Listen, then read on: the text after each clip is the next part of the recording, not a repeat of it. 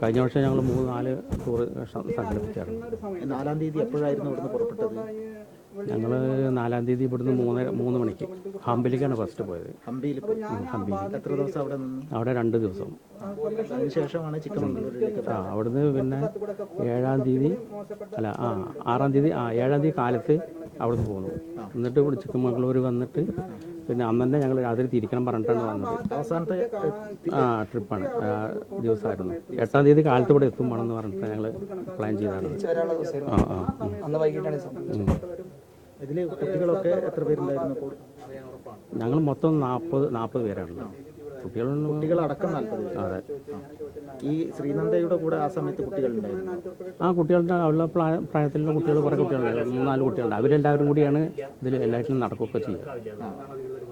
ആരും തനി പോകുന്നില്ല, എവിടെയും തനിയില്ല. ഇവരെല്ലാവരും പിള്ളേരും എല്ലാവരും ഒന്നിച്ചിട്ടില്ല പോവുക.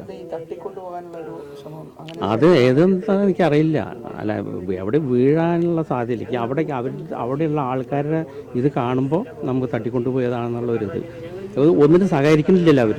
ഒരു കടക്കാരും സഹകരിക്കുന്നില്ല, ഒന്നിനും സഹകരിക്കുന്നില്ല. അവര് അതിന് ഞങ്ങളുടെ കൂടെ ഉണ്ടായിരുന്നപ്പോൾ കണ്ടില്ല എന്നാണ് പറഞ്ഞത്. അവർ അങ്ങനെ പറയുന്നത്. മറ്റു ശബ്ദങ്ങളൊന്നും ഒന്നും കേട്ടില്ല. പിന്നെ വേറൊരാൾ വന്നിട്ട് ഞങ്ങൾക്ക് സഹായത്തിന് എല്ലാവരും കൂടി, അതിലും മലയാളം കുറേശ്ശെ അറിയാം. അപ്പോൾ അതിൻ്റെ കൂടെ വേറെ ലേഡി ഉണ്ടായിരുന്നു. പിന്നെ അത് കഴിഞ്ഞപ്പോൾ ലേഡീനെ പിന്നെ കണ്ടില്ല. പിന്നെ എന്നിട്ട് അയാൾ താഴത്തേക്ക് വന്ന് പോലീസ് സ്റ്റേഷനിൽ അവർ പിന്നെ വേറെ 3-4 പേര് കൂടിയിട്ടാണ് പോലീസ് സ്റ്റേഷനിൽ വന്നിട്ട് എല്ലാവരും സഹായിക്കുകയൊക്കെ ചെയ്തത്. ആ ലേഡി നടന്നൊക്കെ പിന്നെ എവിടെ പോയിന്ന് കണ്ടില്ല. പിന്നെ എവിടുന്നാണ് വന്നതെന്ന് അറിയില്ല ഇവർ. 2 പേരും മലയാളം കുറേശ്ശെ സംസാരിക്കും, നല്ല സംസാരിക്കില്ല. അല്ല, അവർ പിന്നെ ഞങ്ങൾക്ക് ഹെൽപ്പ് ചെയ്യുക ചെയ്തത്. ഫുൾ ടൈം പോലീസ് സ്റ്റേഷനും എല്ലാം സംസാരിക്കാനും. നമുക്ക് കന്നഡ അറിയില്ലല്ലോ. അപ്പോൾ അത് കാരണം പോലീസ് സ്റ്റേഷനിൽ പോയിട്ട് ഈ പിള്ളേരെയൊക്കെ പിന്നെ ഇതാക്കുമ്പോൾ അതിനൊക്കെ സഹായിച്ചവർ.